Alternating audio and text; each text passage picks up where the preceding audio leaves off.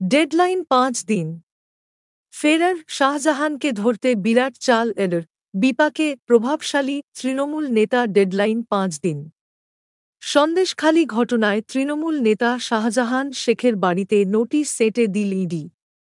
আগামী ৫ দিনের মধ্যে শাহজাহান হাজিরা দেওয়ার নির্দেশ দিয়েছে কেন্দ্রীয় তদন্তকারী সংস্থা এনফোর্সমেন্ট ডিরেক্টরেট। বুধবার দুপুরে তল্লাশি শেষে শাহজাহানের বাড়ির দেওয়ালে নোটিশ সেটে দিয়ে যান তদন্তকারীরা। ইডির দেওয়া নোটিশে লেখা আছে, রেশন মামলায় শাহজাহানের শেখের হাজিরা জরুরি। তাই ২০০২ সালের আর্থিক তছরূপ বিরোধী আইনের ধারা অনুযায়ী ২৯ জানুয়ারি সকাল ১১টার মধ্যে শাহজাহানকে কলকাতায় ইডি দপ্তরে হাজিরা দিতে হবে।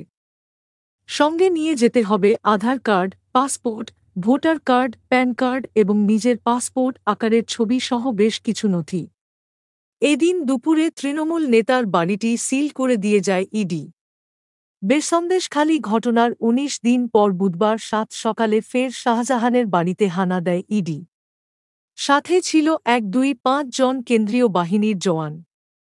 নেতার বাড়ির তালা ভেঙে ম্যারাথন তল্লাশি চালায় ইডির গোয়েন্দারা। সকাল ৬:৩০ নাগাদ ঘটনাস্থলে পৌঁছয় ইডির টিম।